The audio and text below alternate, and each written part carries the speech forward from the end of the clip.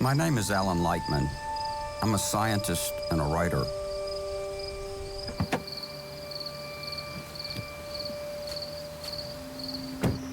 My family has a home on a small island in Maine.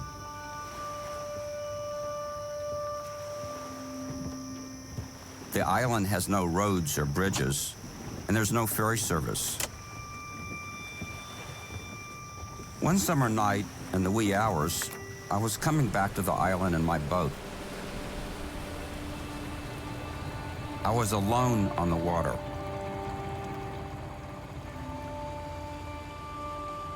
I was captivated by the quiet and the stars overhead.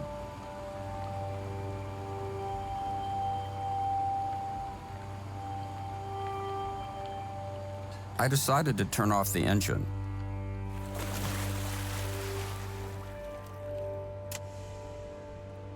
I lay down in the boat and looked up.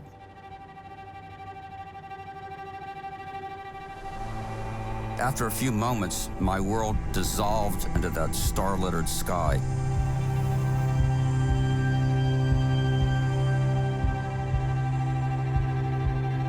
The boat disappeared, my body disappeared, and I found myself falling into infinity.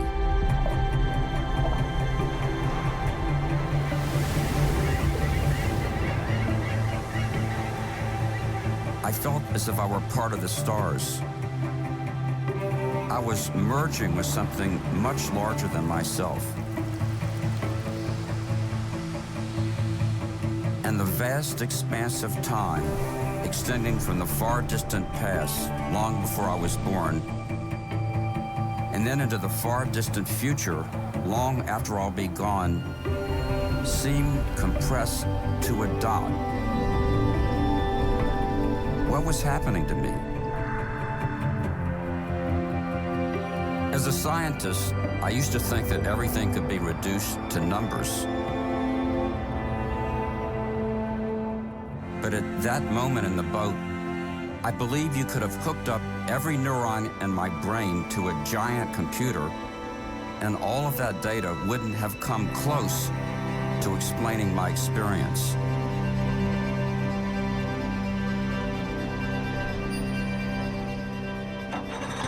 After a time, I sat up and started the engine again. And so began my personal journey to understand how these different worlds relate. The world of atoms and molecules, and the world of complex human experiences.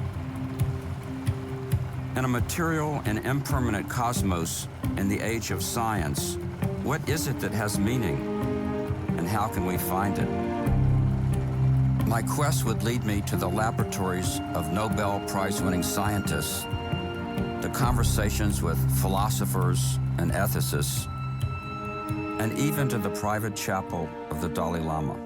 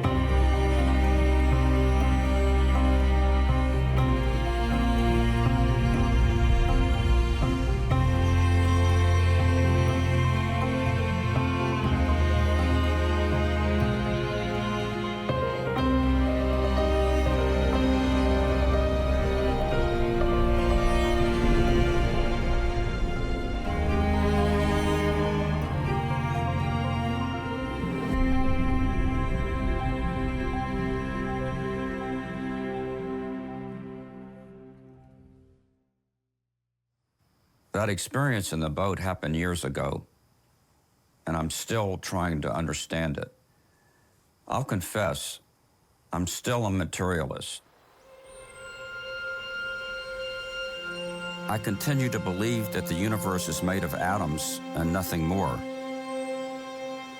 But how could a thing made of atoms and only atoms feel what I felt in that boat looking up at the stars? or be entranced on misty mornings when the air shimmers with light, or feel part of ancient Earth when looking out over the ocean.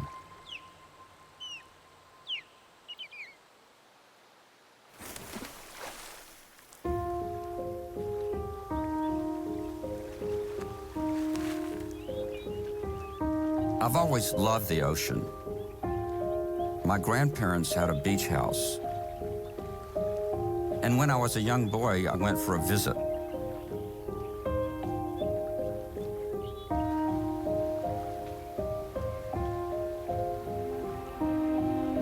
One evening, I walked out on the pier and I took a stick and waved it in the water. The ocean started glowing. I was totally mesmerized. I thought this was pure magic. I scooped up the water and shouted to my grandparents that I had discovered something fantastic. After the water settled, I saw tiny bugs swimming around. And I realized that this magical glowing was coming from these little creatures in the water. I was a little disappointed, but I also thought, wow, nature is capable of some pretty amazing stuff. At the same time, I saw the material cause of that amazing stuff.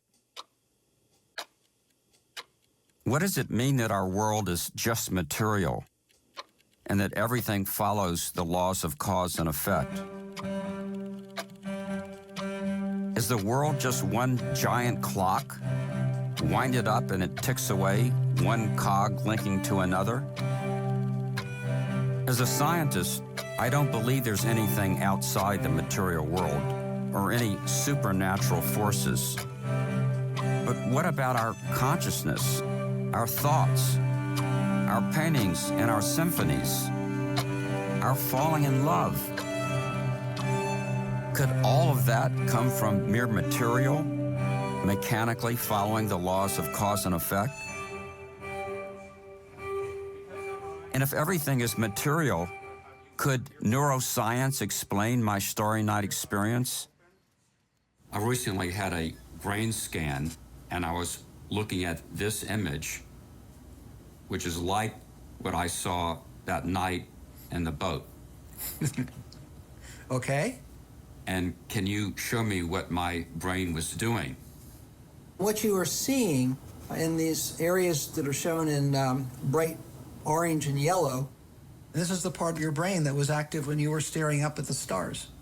What can you tell me about that experience that I was having by looking at that picture? That's what I want to know. It tells me that, first of all, you are not using the problem-solving parts of your brain. So you can tell that I was reflecting by looking at this picture. Can you tell what I was reflecting on? No.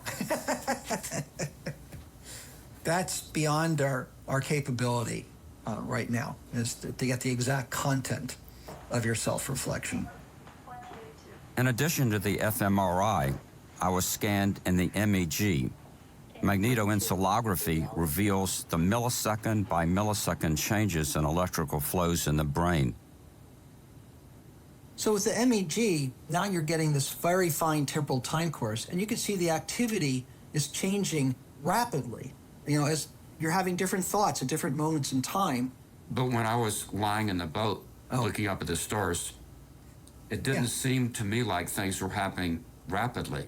In fact, I didn't have any sense of time at all. I just felt this overpowering connectedness. Is there any way that I could see that in these blips here? You may have felt that there wasn't a lot of activity going on in your brain, but I think that's the illusion.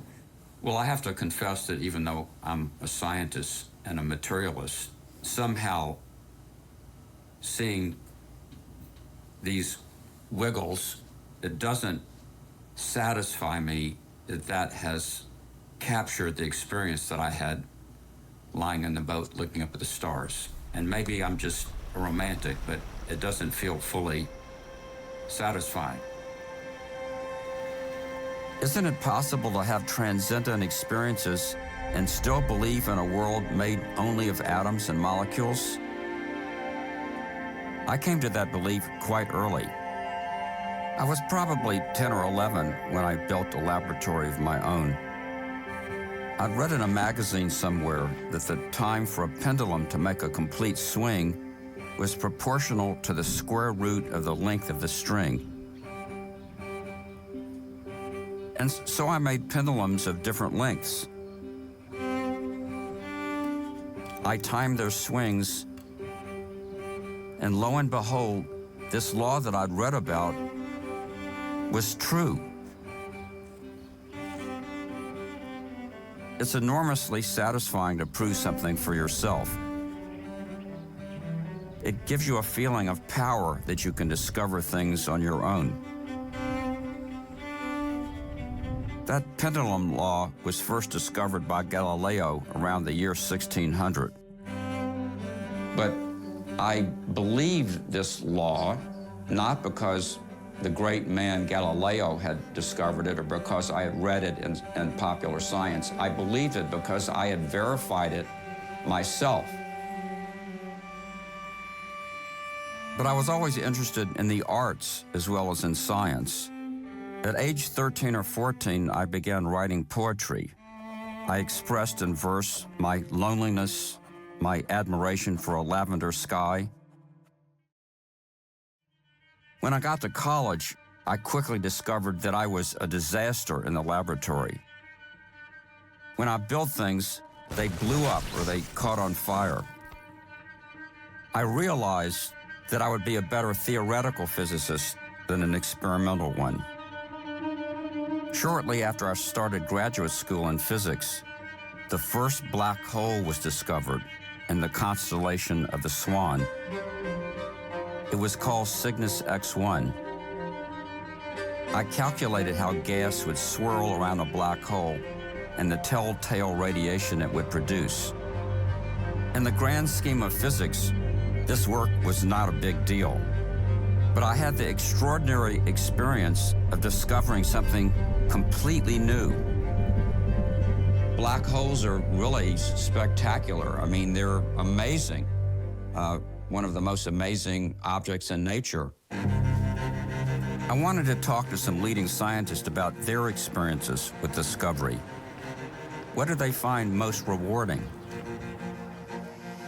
First, I returned to the McGovern Institute of Brain Research at MIT, which is headed by Robert DeSimone. I asked him whether, if he could push a button and get an answer to the biggest questions about the origins of consciousness, would you push the button? Darn right I would.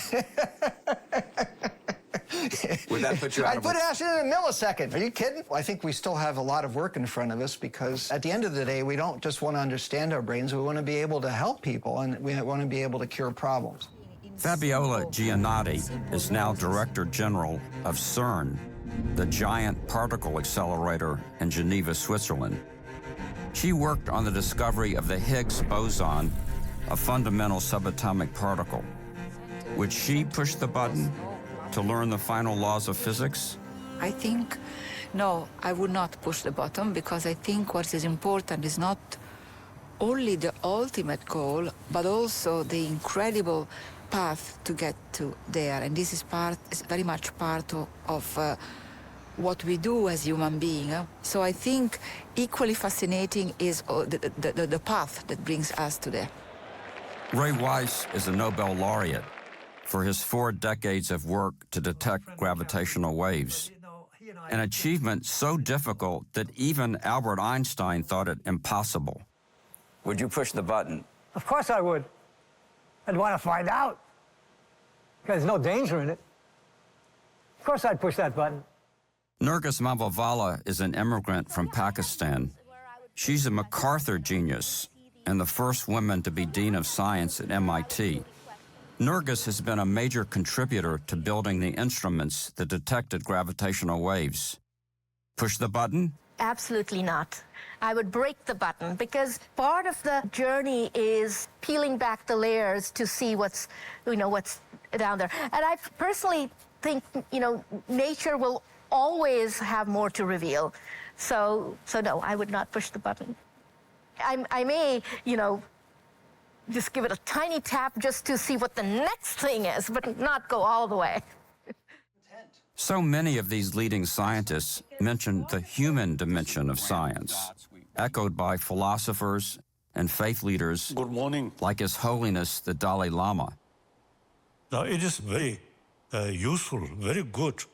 Now, modern time, you see, now we simply, not holding a past belief, but always think or investigate.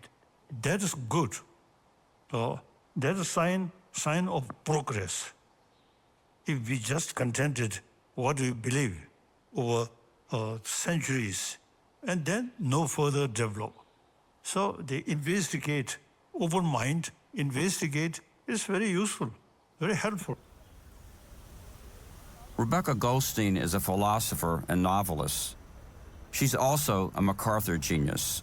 We are nature coming to know itself. We are nature. We work according to the laws of nature. I find that awesome, like really awesome, wondrous, that through us, nature has self-awareness. Rebecca's comments reminded me that we humans are not looking at nature from the outside. We're looking at it from the inside. The overarching trees above us, the swift flight of birds, the slow motions of bugs, the way that sunlight shimmers around leaves.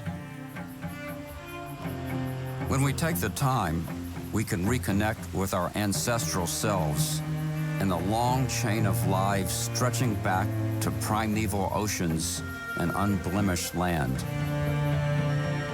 And here we are, now.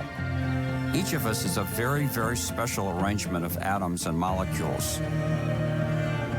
As an astrophysicist, I've learned how rare life is in the universe. Life in any form. Even if we assume that most habitable planets have life, I estimate that only 1/billionth of 1/billionth of all matter in the cosmos is in living form. That's like 1 grain of sand on the Gobi Desert. Just think of that. Matter in living form is 1 grain of sand on the Gobi Desert. And the fact that we're here at all, why is there something rather than nothing? That's miraculous. So I don't believe in miracles, I don't believe in the supernatural, but I do believe in the miraculous. We're not only that rare arrangement of atoms and molecules that pulls us with life. We're living things with minds. We ask questions. We look for meaning. Humans have been searching for meaning for a very long time.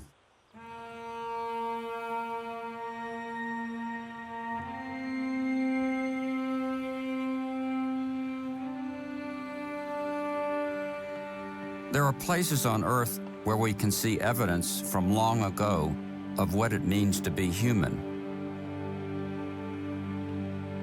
This is one such place, Les Aisies, in the Dordogne region of France.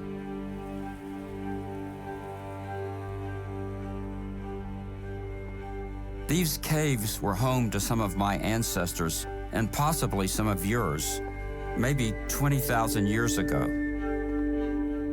Their DNA remains in our bodies.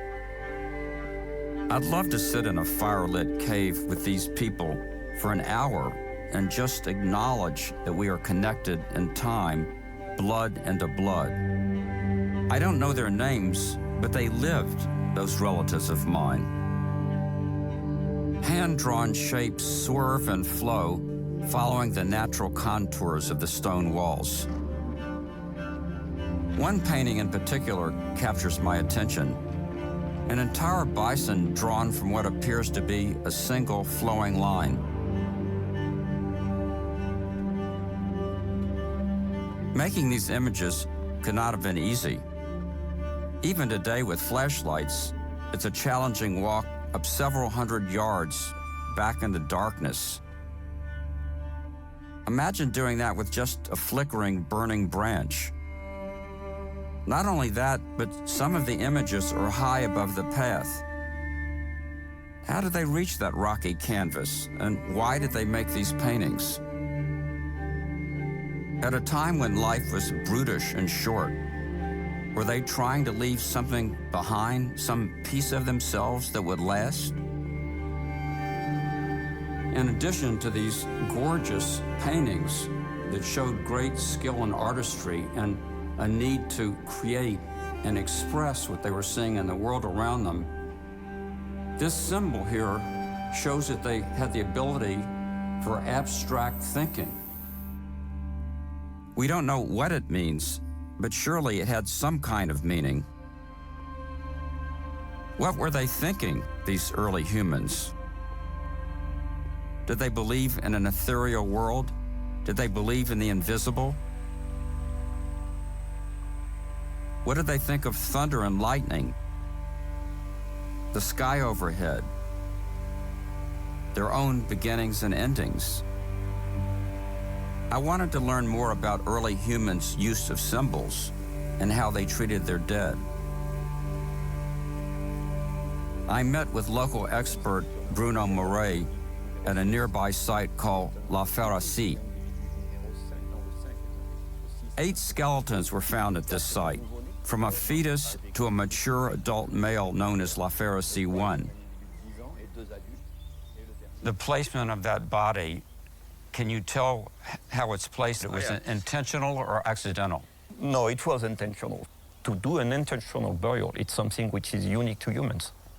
You can see here we have the head of the individual, we have the left upper limb, the right one, and he is more or less in a kind of a semi-fetal position.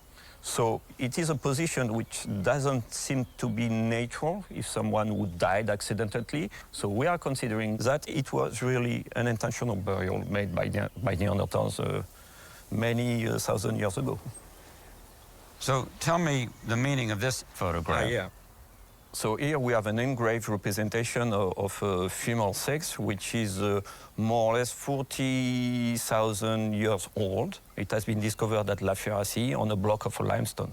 That would suggest to me that these early humans were capable of some kind of abstract thinking, since they use symbols rather than literal pictures. For sure, no problem with these people. Do you think that symbolism was somehow connected to meaning for them, their attempt to find meaning in the world? For sure, the representations are related to the seasons, to the different seasons of these people. So there was something, there was a meaning, which was a new comprehension of the natural environment. Humans were not really considered themselves as a part of this nature. The thing which is interesting at La Ferracie is that we have these Neanderthal burials, which means that they have more or less the same idea of the consequences of the death of a member of the group, and they wanted to protect the dead individual.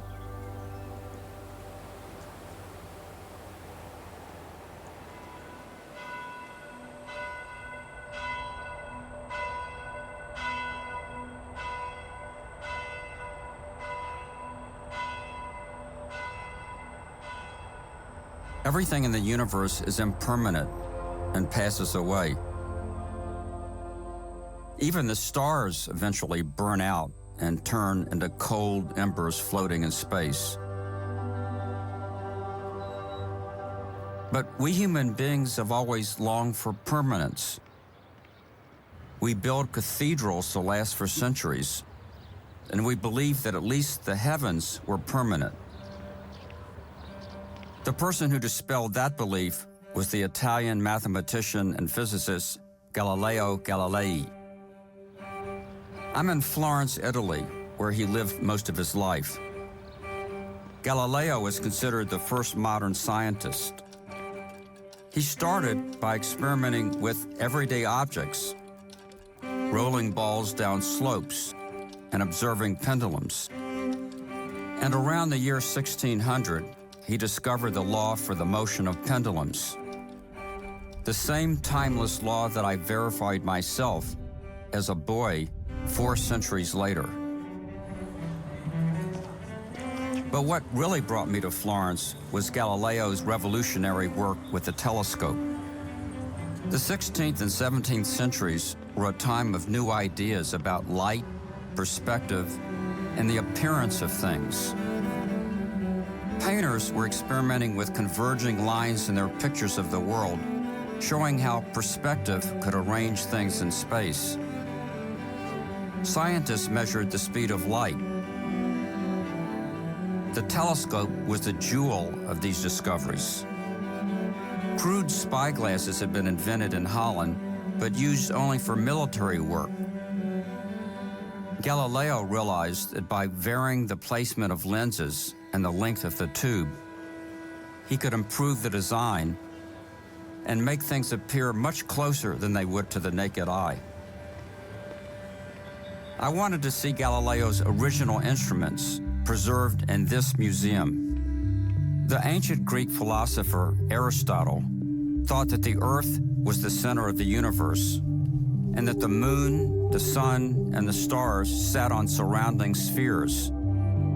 According to Aristotle, the heavenly bodies were all made of some immortal, perfect, indestructible stuff, which he called the ether. The moon was a pure white sphere in the sky. There they are, the only 2 surviving telescopes made by Galileo himself. He was one of the very first people to point a telescope at the sky. It amazes me how simple Galileo's first telescopes were. Pretty much just a tube with 2 lenses. But with these simple instruments, Galileo saw craters on the moon and spots on the sun. He forever changed our conception of the heavens and our understanding of where we humans fit in the universe. Galileo first published his observations in Sidereus Nuncius, which means the starry messenger. Paolo, I've been told that this is an exact replica of Galileo's telescope. It is a beautiful object. Beautiful object.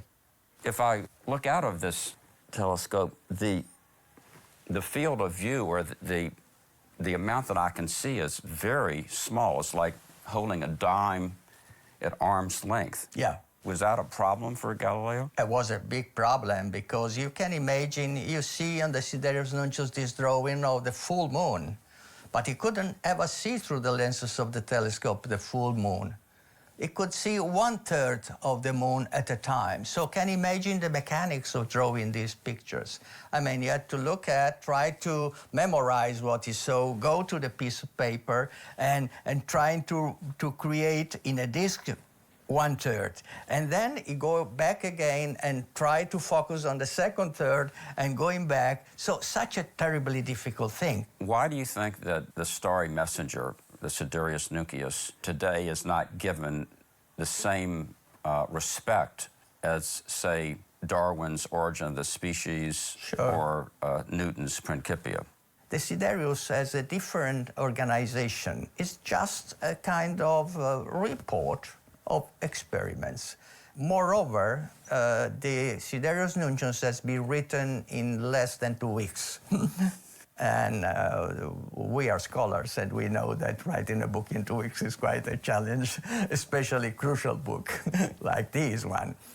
And this was, of course, under the pressure of the fear of being anticipated by others and might have discovered the same things or more things than he could.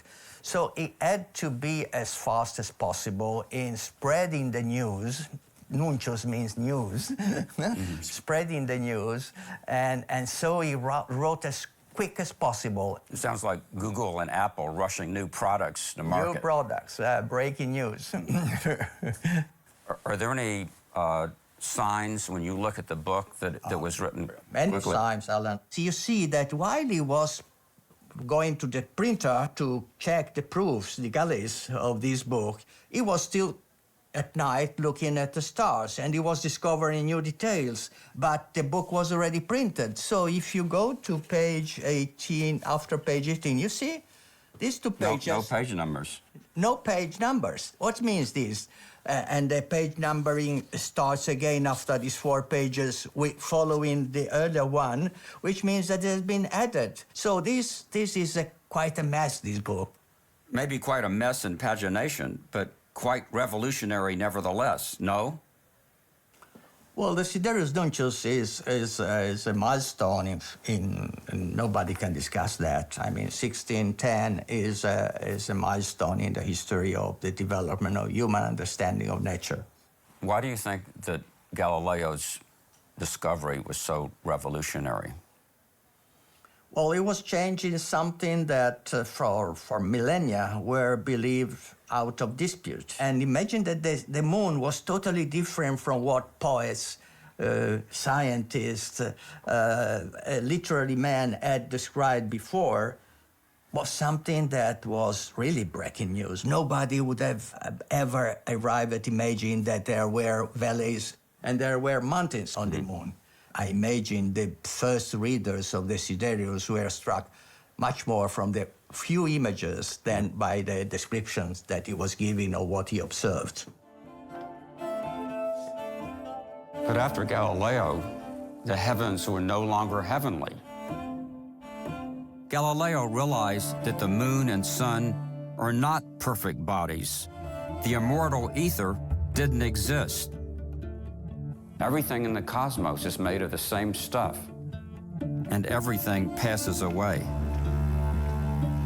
I wanted to see what Florence would look like through the replica telescope from high up on San Miniato. Galileo's story had me thinking about permanence and impermanence. Why do we human beings long so for permanence against all the evidence presented to us by nature?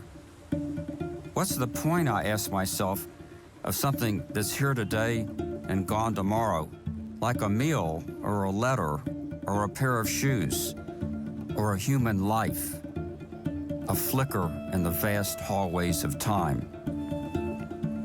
I think we associate permanence with meaning. We also associate permanence with divinity and perfection. But isn't perfection a manufactured idea? Nothing we see around us is perfect. Maybe the moment is all there is. Maybe I should be content with the moment. In my opinion, one of the most important implications of Galileo's work was the realization that heaven and earth are made out of the same material. But Galileo couldn't have known that everything is made out of the same atoms forged at the centers of stars. That conclusion would have to wait 3.5 centuries for modern physics and astronomy.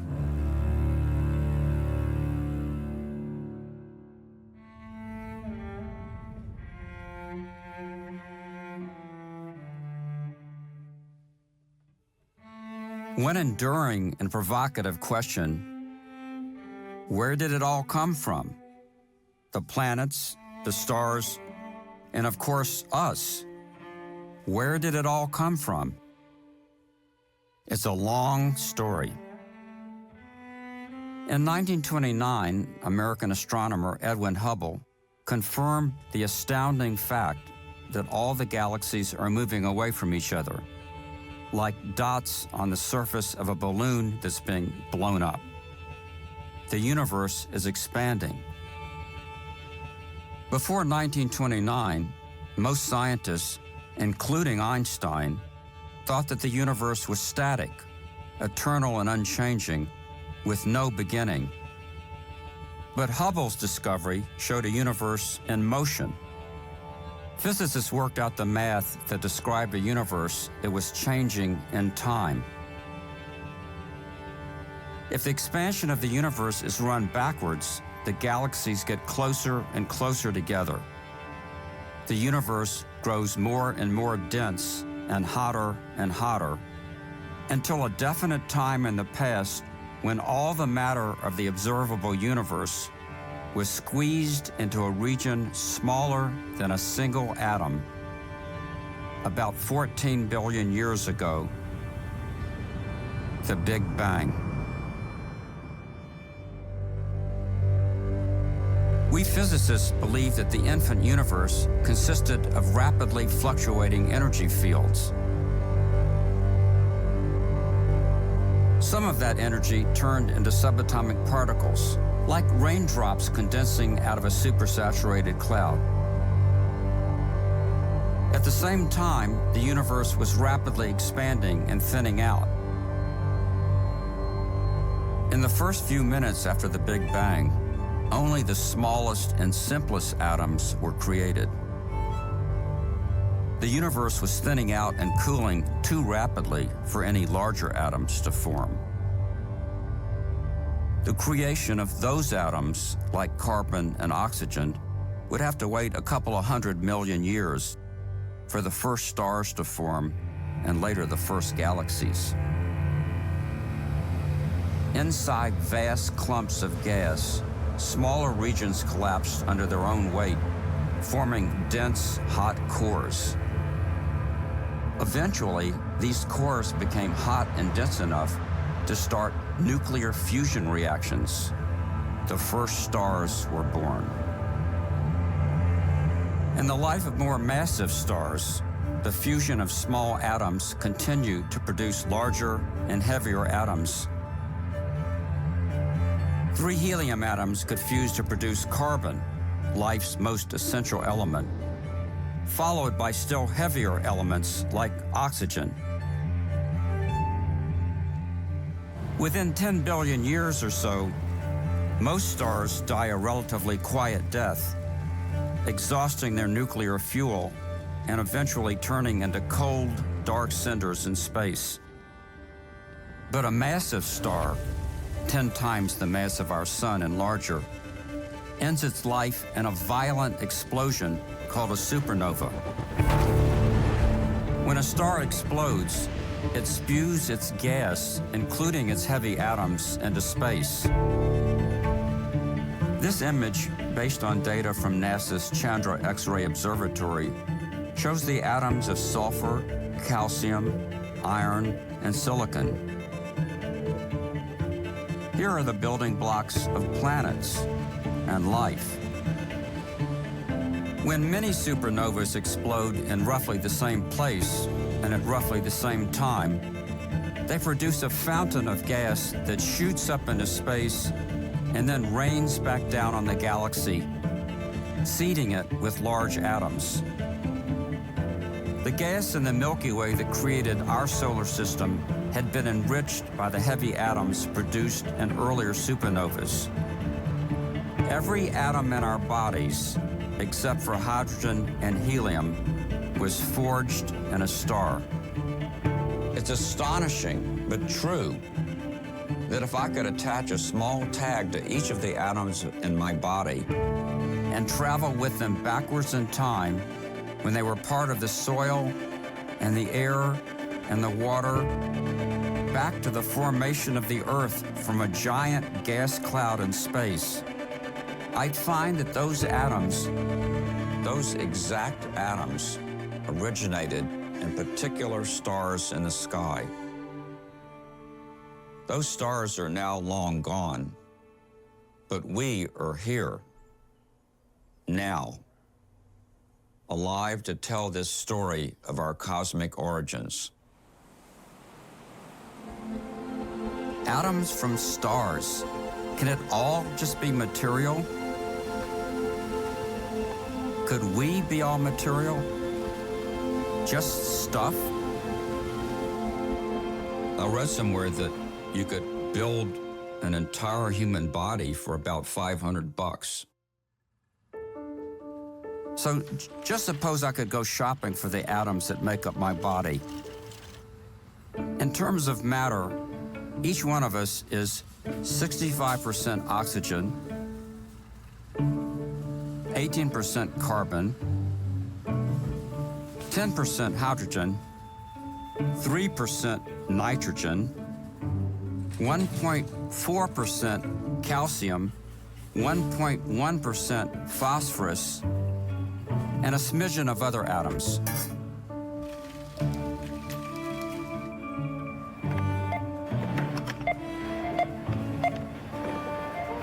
Oh, and 1/100th of an ounce of zirconium. And your total is $538.66. We're just stuff, and we're pretty cheap. So we know what we're made of in terms of atoms and elements, but is that all we are? A long-standing debate in biology concerns whether living matter has some special quality not present in non-living matter. The two sides of the debate have been called the mechanists and the vitalists. Mechanists believe that a living creature is just so many microscopic levers and gears, chemicals and currents, all subject to the known laws of physics and chemistry and biology. Vitalists, on the other hand, argue that there's a special quality of life, some non-material or spiritual or transcendent energy that enables a jumble of tissues and chemicals to vibrate with life. Plato and Aristotle were vitalists, as is the Dalai Lama. Isaac Newton and Brooks Spinoza were mechanists, like the discoverers of DNA, Crick and Watson. In the 19th century, German physiologists tried to resolve the vitalist versus mechanist debate. First, they calculated the energy consumed in food. Personally, I prefer peanut butter to a ham sandwich. But for the sake of science, here we go. Each gram of fat, carbohydrate, and protein is worth so many units of energy.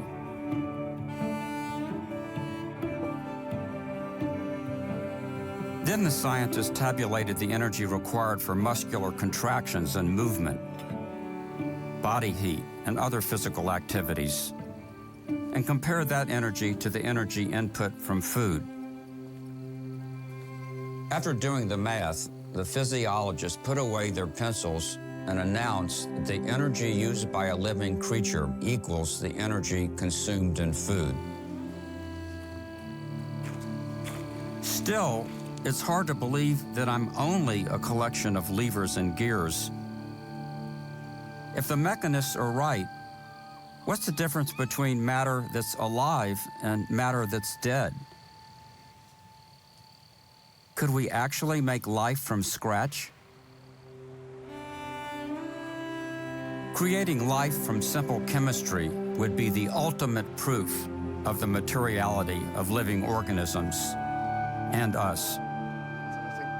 It's quite possible that this breakthrough will occur in Jack Szostak's laboratory.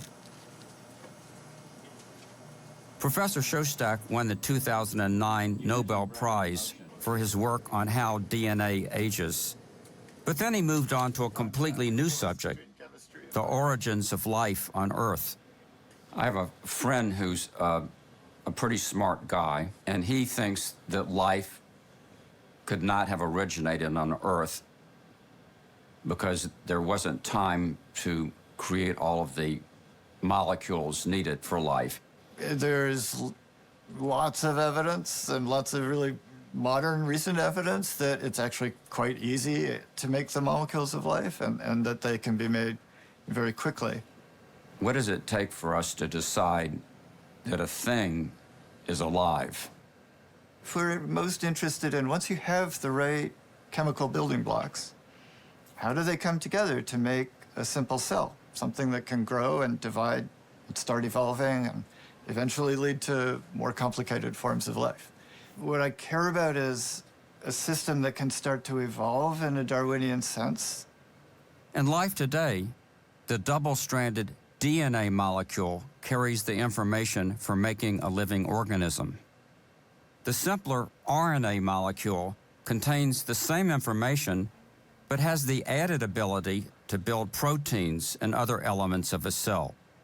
In other words, RNA is both architect and builder. That's why many biologists, including Shostak, think that life on Earth began with RNA. Basically, both RNA and DNA can encode information. But in the early days, we think RNA was the vessel of information and also carried out biochemical functions. So we've been trying to understand how RNA emerged from the earlier chemistry, and especially how RNA could replicate before the evolution of, for example, protein enzymes. Where do you think was the location of the first life? Was it Darwin's ponds? Was it vents in the ocean? Was it surface volcanoes? Was it a glob of clay? We think surface environments are definitely important because a lot of the chemistry requires ultraviolet light from the early sun. And we think that you probably need a kind of a fluctuating environment, you know, where things can dry out and then get wet again, where temperature fluctuations occur. As part of their work, Jack and his team have to simulate the very different atmosphere that existed on early Earth. So on the inside of this, plastic enclosed area, there's an atmosphere with no oxygen. And that's really important for a lot of the chemistry that we do, because on the early Earth, there was no oxygen in the atmosphere. So most of the lab at the moment is working on these questions of RNA synthesis, emergence, replication. But the other half of what we need to create a simple living system is that membrane boundary, the vesicles that form from simple lipids. A vesicle is basically a compartment that contains RNA and other stuff of the cell. Shostak is trying to understand how vesicles and RNA can be created from the simple chemicals present in early Earth. I came to this lab because I'm very fascinated by the idea of the protocells, which is the primitive cell forms on the early Earth. So what Stephanie has done is she's created these vesicles, which originally were all fairly large, like these, and then she's added into the solution more of the fatty acid molecules that make up the membranes. They go into the membrane and cause it to grow, and then the membrane starts to fluctuate, and the vesicles divide and start generating all the smaller vesicles that you can see forming. And it's so simple, right? There's no fancy cellular machinery. There's nothing that's evolved. It's just very, very basic chemistry and physics that's driving everything that we see. Other researchers are experimenting with how simple chemistry can copy information and even evolve in conditions completely unlike those on early Earth. So one very interesting thing about these reactions is that the liquid that's in here is not water. This is chloroform for these ones, which is a very different solvent than water. So if you can prove that you can get a non-RNA molecule to replicate in a liquid environment that's not water, would that increase the possibility of life elsewhere in the universe? It's hard to say really absolutely, but I certainly think it would. It seemed to me that Jack would have some pretty clear thoughts on that mechanism versus vitalism debate that had been puzzling me. My understanding is that almost all biologists today are mechanists rather than vitalists. Absolutely. I mean, nobody has ever come across anything that requires any supernatural explanation. I think it's because we understand more and more about biology in terms of its molecular structure and organization. So are we all just atoms and molecules? It's not just atoms and molecules, it's the organization. There are layers and layers of emergent phenomena where when you have collections of molecules and sources of energy, you get interesting, new, and often surprising phenomena. Common in life, but also in other purely physical systems. if you combine informational molecules that can replicate with some kind of physical spatial localization, for example, membrane-bound vesicles, then you have new phenomena that can occur, like Darwinian evolution. And so now you're off and running in a totally new ballgame. You once said that you hope that when we do succeed in creating something that we would call a living thing, you hope that the public understands that the creation of life is totally natural. If we can show that there is a kind of continuous pathway of straightforward steps that connects chemistry, the environments of a young planet, to the emergence of biology, then I think it would be logical to just accept life as another natural phenomenon. I mean, it's no less wonderful or beautiful because we understand that there's a natural origin for it. And so understanding how we're a product of nature right from the beginning, I think builds on that view that we're not something separate and different, but we're a part of nature. And we should accept that and live with that. A few years ago, I had an astonishing reminder of our oneness with nature. It happened on that little island in Maine. There's an osprey's nest about 100 feet from our house.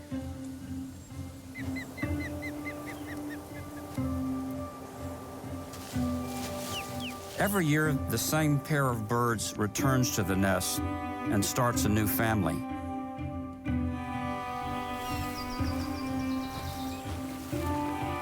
First, they gather materials to repair the damage done by the winter storms.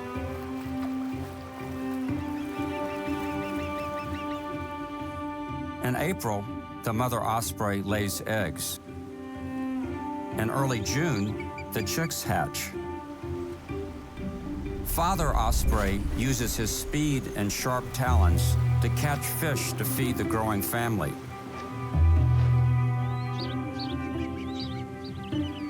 And by August, the baby ospreys are now juveniles and almost as big as their parents. They're strong enough to take their first flight, their maiden voyage away from the nest. One summer, a few years back, on a sunny August afternoon, the juvenile of that season took flight for the first time. I'd been watching this baby bird getting bigger and bigger and bigger, and she was watching me.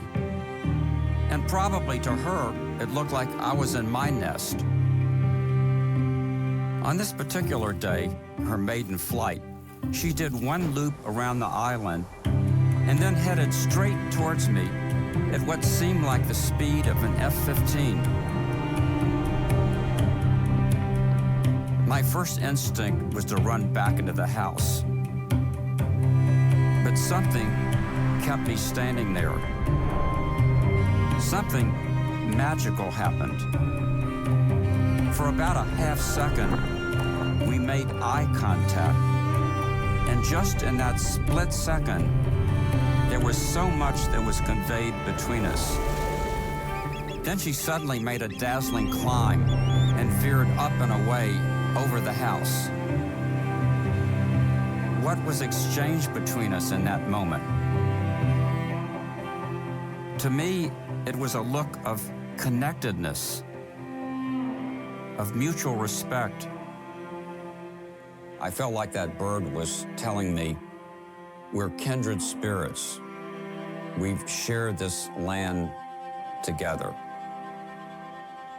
Life in our universe is a flash in the pan, a few moments in the vast unfolding of time and space. But a realization of the scarcity of life makes me feel some profound connection to other living things. Our lives may be flickers, but some experiences endure. Atoms transcending atoms, the miraculous and the material.